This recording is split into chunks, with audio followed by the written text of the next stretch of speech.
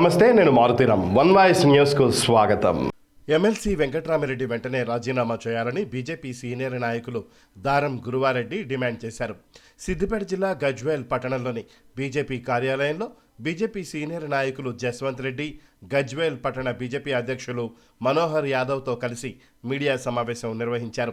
ఈ సమావేశంలో దారం గురువారెడ్డి మాట్లాడుతూ గత ప్రభుత్వం పేద రైతులను నిలువెల్లా మోసం చేసిందని, అక్రమంగా భూములు తీసుకుని గత ప్రభుత్వానికి కట్టబెట్టారని, మల్లన్న సాగర్, కొండపోచమ్మ జలాశయాల నిర్మాణంలో ముంపు గ్రామాల వారికి సరైన ప్యాకేజ్ ఇవ్వకపోవడంతో ఎంతోమంది రైతులు కష్టాల పాలయ్యారని ఆవేదన వ్యక్తం చేశారు. ఈ కార్యక్రమంలో బీజేపీ నాయకులు కుడిక్యాల రాములు, భాస్కర్ రెడ్డి, నాగు ముదిరాజ్, కిరణ్ కుమార్, మహిళా నాయకురాలు ఉమా, బీజేపీ కార్యకర్తలు తదితరులు పాల్గొన్నారు. భారత్ మాతా కీ జై, భారత్ మాతా కీ జై.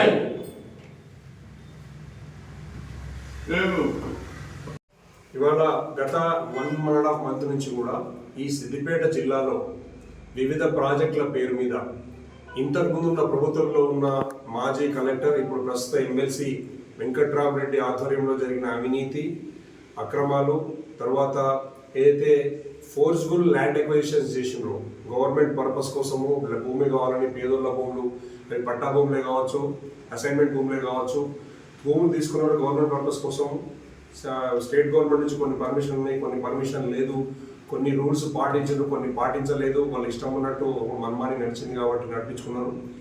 గన్ పాయింట్ పెట్టి బెదిరించి చాలామంది రైతుల దగ్గర కూడా భూములు గుంజుకున్న ఉదంతాలు, కంప్లైంట్లు, కోర్టులలో కేసులు పెండింగ్ ఉన్నాయి. వీళ్ళు చేసిన అవకతవకలకు ధరణి అనే ఒక దుర్మార్గపు పోర్టల్ను వాడుకున్నారు.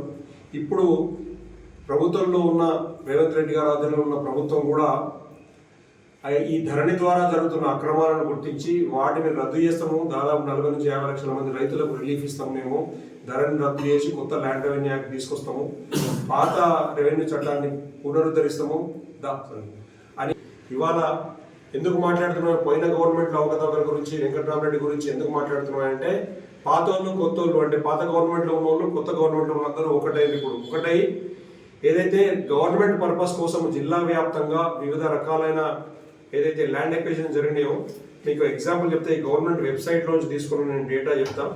దాదాపు కొన్ని శాంపుల్ నేను ఇవన్నీ నోటిఫికేషన్స్ సంబంధించిన లింక్స్ అనమాట. ఇవన్నీ వెబ్సైట్లో దొరుకుతాయి. తెలంగాణ గవర్నమెంట్ వెబ్సైట్లో రెవెన్యూ డిపార్ట్మెంట్ సంబంధించిన దాంట్లో దొరుకుతాయి. దాదాపు 30,000 ఎకరాలు సిద్దిపేట జిల్లాలో, కేవలం సిద్దిపేట జిల్లాలో రంగనాయక సాగర్ ప్రాజెక్ట్ నుంచి మొదలు పెడితే కొండపోచమ్మ సాగర్ ప్రాజెక్ట్ దాకా, సిద్దిపేట కలెక్టరేట్ నుంచి మొదలు పెడితే ఇక్కడ వర్గల్లో ఉన్న ఇండస్ట్రియల్ ప్రపోజ్ చేసిన ఇండస్ట్రియల్ పార్క్ దాకా, ఇక్కడ మీరు ఆర్ఎన్ఆర్ కాలనీస్, రిహాబిలిటేషన్ కాలనీస్ పేరు మీద దాదాపు 30,000 ఎకరాలు ఈ స్టేట్ గవర్నమెంట్, ఇంతకుముందు స్టేట్ గవర్నమెంట్ కలెక్టర్ వెంకట్రామిరెడ్డి ఆధ్వర్యంలో అప్పుడు ఫోర్స్ఫుల్ ల్యాండ్ ఎక్విజిషన్ చేసి మీకు అందరికీ కూడా దీని లింక్స్ నేను షేర్ చేస్తాను. ఏంది స్టోరీ అని అంటే, వెంకట్రామిరెడ్డి చేసిన అవినీతికి అండ ఎవరున్నారు? అప్పుడున్న ప్రభుత్వం, కేసీఆర్ కుటుంబం, గజ్వేల్ ఎమ్మెల్యేగా ఉండి ముఖ్యమంత్రిగా ఉన్న కేసీఆర్, పక్కన సిద్దిపేటలో మంత్రిగా ఉండి అప్పుడు ఈ మంత్రిత్వ శాఖలు, వివిధ మంత్రిత్వ శాఖలు చూసిన హరీష్ రావు గారు, తర్వాత ఇక్కడ గవర్నమెంట్లో ఉన్న ఎమ్మెల్సీలు, ప్రజాప్రతినిధులు, ఐఏఎస్ ఆఫీసర్లు, ఐపీఎస్ ఆఫీసర్లు, పోలీస్ డిపార్ట్మెంటు, రెవెన్యూ డిపార్ట్మెంట్లో ఉన్న ఎంఆర్ఓలు, కేసీఆర్కు సహకరించిన వెంకట్రామిరెడ్డి అండ్ టీఆర్ఎస్ వాళ్ళకు బుద్ధి చెప్తాం, మీరు చేసింది తప్పని. వాళ్ళందరూ కూడా ఇన్వాల్వ్మెంట్ ఉంది. చాలా మంది ఉన్నారు. ఎంక్వైరీ చేస్తే మొత్తం దొంగలందరూ బయటపడతారు. మా ఏరియా జనరల్గా గజ్వేల్ ఏరియా సీఎం కాన్స్టిట్యున్సీ అని కూడా మాట్లాడలేదు.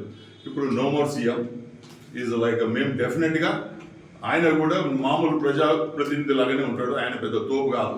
ఆ తోపుకు వాస్తవాలు పబ్లిక్కు తెలవాలి, చెప్పాలి. మేమందరూ చెప్పే ప్రయత్నంలో ఉన్నాం. డెఫినెట్గా త్వరలోనే ఇంకా ఫుల్ ఇన్ఫర్మేషన్ తోటి వస్తాము. ఇప్పుడు జనరల్గా అయితే ఆయన బేసిక్గా ఆయన చేసింది బిగ్ మిస్టేక్. ఈ 3 విలేజ్లు తీసుకున్నాడు. ఎవరికి టైటిల్ లేదు, వానికే టైటిల్ లేదు, గవర్నమెంట్కే టైటిల్ ఉంటే నువ్వు ప్రూవ్ చేయి. నీకు టైటిల్ నువ్వు ప్రూవ్ చేస్తే డెఫినెట్గా అందరు నీకు అప్రిషియేట్ చేస్తారు. నువ్వేదో హిడెన్ చేసి యజమానితో నేను చెప్పింది కరెక్ట్ అనేది కాదు. ధర్నీ అనేది ఫేకు. ఆ ధర్నీని మేమైతే బిలీవ్ చేయను. పర్సనల్గా జస్వంత్ రెడ్డి అయినట్టు నేను బిలీవ్ చేసినా చేయకుండా ఎవరు చేసే పరిస్థితి లేరు. ఎందుకంటే ఇన్ని ప్రాబ్లమ్స్ పెట్టుకొని అందరూ ధర్నీని బిలీవ్ చేయమనంటే ఎట్లొచ్చింది ధర్నీకి టైటిల్ ఇచ్చే హక్కు ధర్నీకి లేదు.